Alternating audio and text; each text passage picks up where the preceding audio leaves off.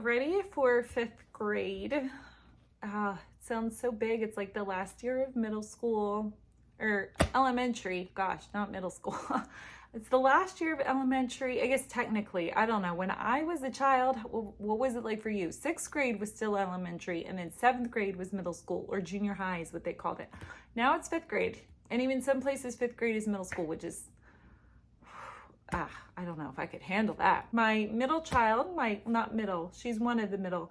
I have going into next year, a 7th grader, 5th grader, 3rd grader, and then a little baby. And so she's been the middle for 7 years of her life. So it kind of suits her. I'm the middle child as well. So we kind of, it just suits us.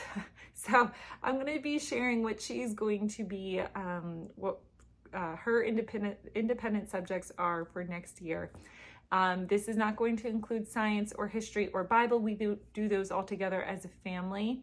And so I will share that video in a separate video, and I'll share that down below so you can check out like the full scope of what she will be doing for the year. But this is just what she will actually be doing. Here's her whole stack right here. So first, what she's going to be doing, and this is kind of a spillover from this year, this current year. She did BJU Press Reading 4.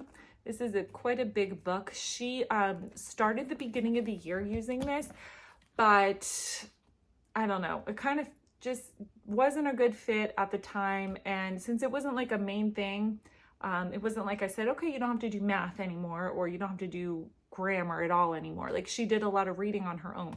So I just let this go. And then she just picked it up on her own just a couple weeks ago and was like, can I restart doing this? And I was like, sure. So it's quite a big book. She is just kind of trucking along. She wants to do it over the summer, and then she wants to do the 5th grade version next year. But I was like, let's just do one thing at a time. Let's just finish this massive book first, and then we'll go from there. I don't know if she's going to continue this over the summer. And I do want to say the one reason I let it go is because she reads a lot on her own. And then we do a lot of read alouds and everything. So it's not like she's not getting any reading in. If she wasn't, if I had to force her, maybe I would be a little bit more strict on that. But since she did so much reading independently on her own, I was like, that's okay if we ease up. So she came back around towards the end of the year, and she's been doing this on her own independently. What I like about this is that it's just different genres, different stories. So it's not like, if your child is kind of overwhelmed and intimidated by a lot of chapter books, this breaks it down. So they're only reading a story for maybe a day, maybe 2 or 3 days, but like that's it. And then they move on to the next thing. So I like this one. So she's going to continue doing this into 4th grade or to 5th grade. I don't know how long it's going to take, but I'll update you in the next couple months about how this will go. But if you're looking for a 5th grade version, they do have that. It comes with a work text, and you can take it out. The pages are perforated and they're already hole punched.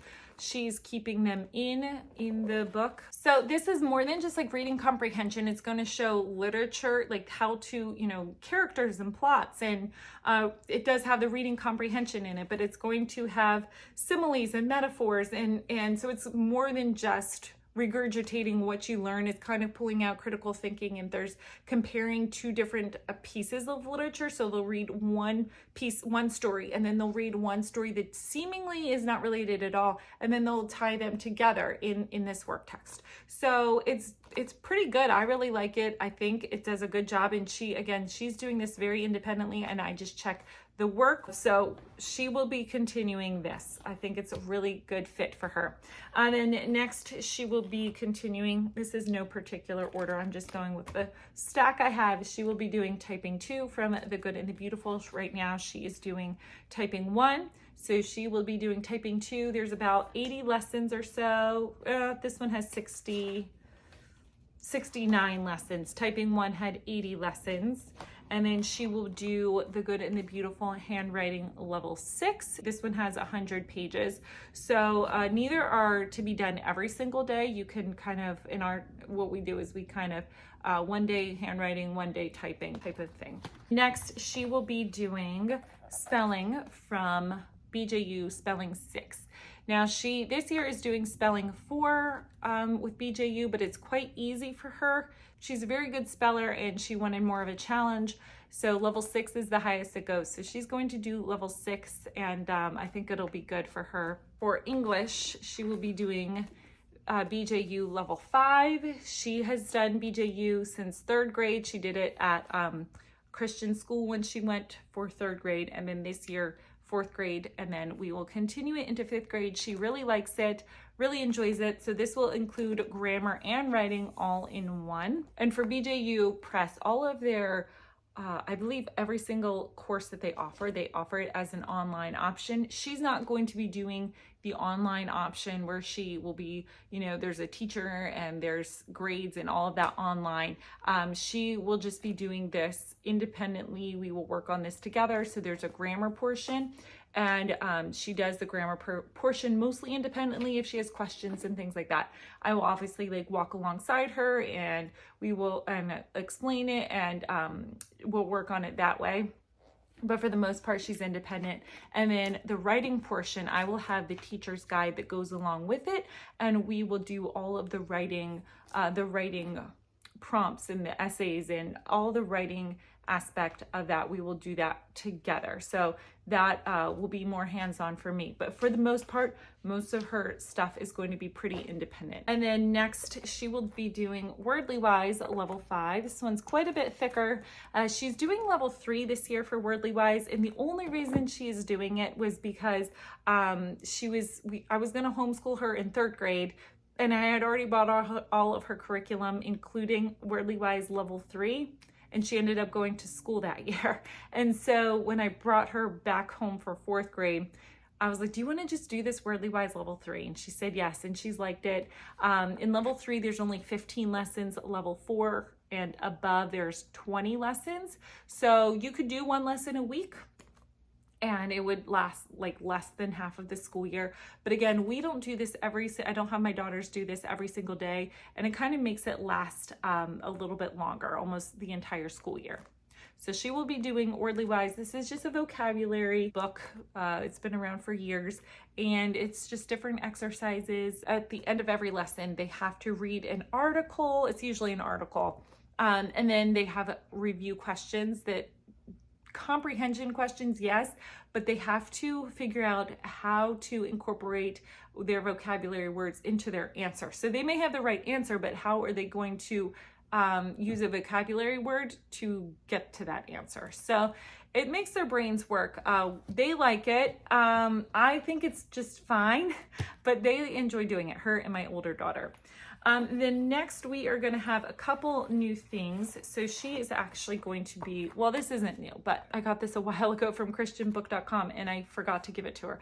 This is math test 4. So this is just like an extra little daily practice. It's not, you know, she would just do 1 page a day. I think it's like 5 or 6 questions. Yeah, 5 questions a day. And just for extra practice, extra warm up, that type of thing. She likes it. She likes it that you fill in the little bubble. So she's going to do that. I actually need to give her this like now so she can finish it in 4th grade, and then maybe over the summer. I don't know. I'm not very like hardcore about this type of thing. Like if she finishes it over the summer, great. If she doesn't do it till next year, that's fine too. But I went ahead and got her level 4, and then just went ahead and got her level 5. So that way she can, whenever she finishes this, it's maybe what, 40 something pages. So she will definitely finish this before the end of a school year if she does it every day. Math, she will be doing teaching textbooks level 5. She is almost finished with level 4. She is really liking it, really enjoying it. That is an online, so I don't have it to show. It's an online math program where they do the teaching online, they do the assignment online, so the questions and the practice, everything is online. Even the quizzes and everything like that. And then they grade it. They send you a report as the parent so they can show you, you know, how you're doing. You as the parent can go in and see what their grades are.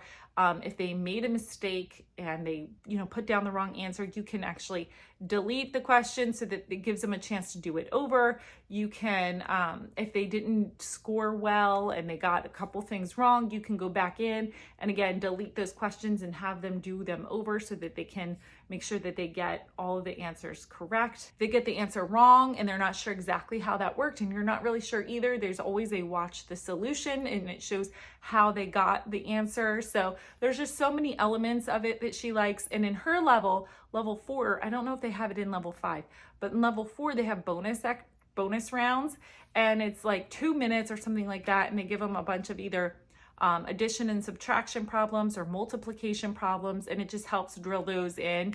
And then however many problems they get right, they might get like 2 bonus points or 1 bonus point added onto their lesson that day. So it can help bump up their score a little bit. So she has enjoyed teaching textbooks this year. It's been a really good year as far as math goes for her. And then, like I said, she will be doing science and history and the Bible all together. We will do that all together in our family subjects, and we will do things like critical thinking and all that. We're going to have all of that in our family subjects. So if you are interested in what that will look like, so you can kind of get a bit better scope of, an overall picture of what everything she will be doing for next year, I will have that video down below so you can check that out.